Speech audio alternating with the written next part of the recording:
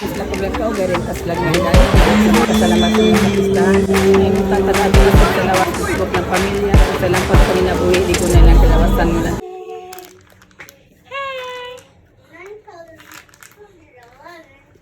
Ba, pika, peekaboo.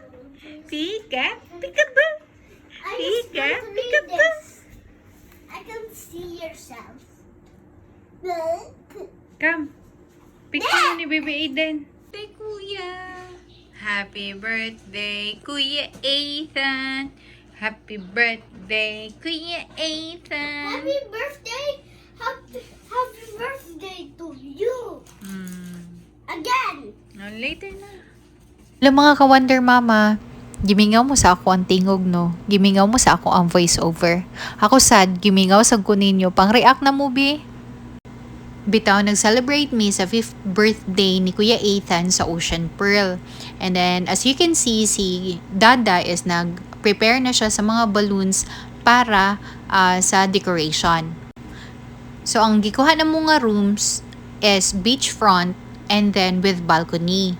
So mao na siya ang view sa amo ang room. So nagstay mi sa 3rd floor. So pinaka-top nila is ang 3rd floor. So after nag-prepare ni Dada sa mga balloons, ni uli sa siya gibalik niya ang mga uban nga mga gamit. So while waiting for Dada is nag-create sa ako og content. So nag-video sa ako ni Kuya Ethan. So pag-abot ni Dada, nag-set up dayon mi sa mga foods and sa decorations. And by the way, i-shout out sa nako ang Izel's Cheese House kay super lami kay ilang lasagna ug ang ilahang cake. And of course, ang customized cake is from Cookies and Dream. So ready na ang tanan, ready na ang birthday celebrant, and na sa mga bisita. So manganta na mig happy birthday. But before mi nanganta, murag ni capture gyud ako nga video kay murag makuyawan na gyud ko sa akong anak kay sweet naman kayo siya aning chubby nga girl oy nga super cute kaayo. Happy birthday to you. Happy birthday. Clap your hands! Clap your hands! Happy birthday. Happy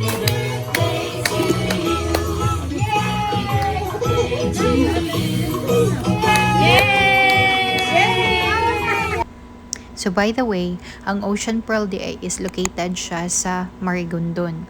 So before na mo gipili ang Ocean Pearl is amo sang gi-check ang ilahang facility.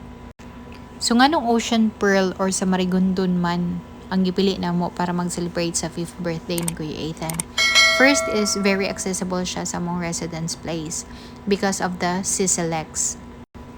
Second is, as you can see, very child-friendly ang place, especially sa ilahang dagat. And not to mention, very friendly ang ilahang mga staff. And madala ra gyud og hangyo-hangyo. Unlike sa tapad nga beach resort, stricto gyud sila. But ang Ocean Pearl is madala ra og hangyo. And of course, dili gyud kalimtan nato ang ilahang dagat kay sobra katinaw gyud. And dili pud siya init kay daghan man siya kasilungan. And by the way, very affordable ang ilahang mga rooms.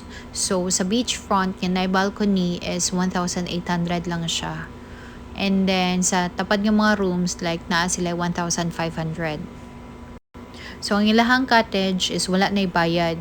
So entrance ra gyud, so per person free ang cottage. So say for example, kung 10 mo ka buok, ang ilahang cottage is good for 10 is 1,000 rin yung hambayran kay 100 man siya per head.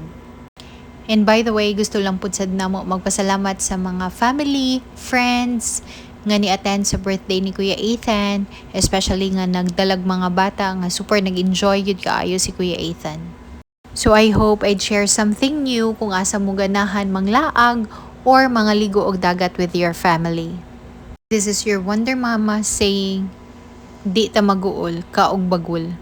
Bahala na ng gasto kay mong kaon tag bagul ini kahuman. Bitaw joke. Mukod-kod ra ta ini kahuman no. Thank you so much for watching. Till our next video.